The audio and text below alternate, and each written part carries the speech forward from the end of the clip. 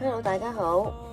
今日咧我就煲一個咧係海底嘢啦、龍脷葉啦、吉餅啦、無花果啦、南北杏啦、椰棗啦、枇杷葉。咁有咩功效咧？譬如而家天氣啦，又凍又熱，咳極都咳唔好，啲痰又黐住喉嚨又出唔到。咁我哋飲翻個呢個湯水啦。咁我就唔加肉煲嘅。咁唔用肉煲咧，就會係用1小時15分鐘就足夠噶啦。咁如果係要用肉煲咧，就用豬肉啦，因為豬肉唔肥膩咧，就煲1個鐘頭30分鐘就夠噶啦。咁而家咧，我哋將呢啲材料全部清洗咗佢先。咁而家我哋擺埋啲材料落去，枇杷葉全部都洗乾淨晒噶啦。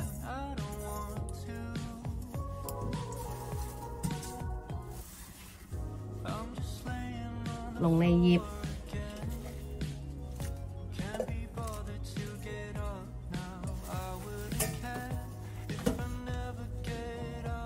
吉餅、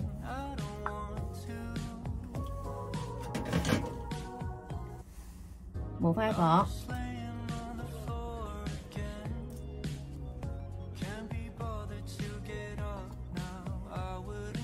椰棗、南北杏、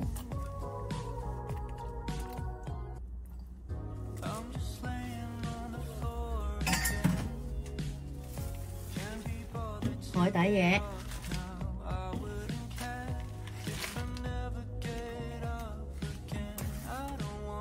咁全部材料擺晒落去噶啦。咁由凍水落，咁呢個大約咧就係2公升水。咁我哋開個大火，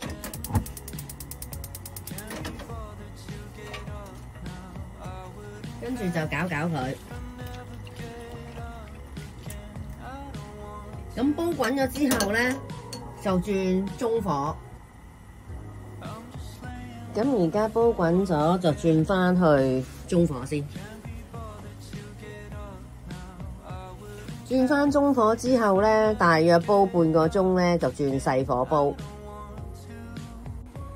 而家又煲咗半個鐘頭咯，跟住閂翻細個火先。咁我哋咧就煲多半個鐘頭咧，就煲完噶啦。時間又夠鐘啦，已經煲咗1個鐘頭零15分鐘。化痰止咳水，飲大約咧2、3次啦，一煲裏邊可以飲到呢個大約有6至8碗水啦。飲2、3次，即係今日啦、聽日、後日都飲3日左右啦，痰同咳咧就會清翻噶啦。大家都試下煲啊！下次再見，拜拜。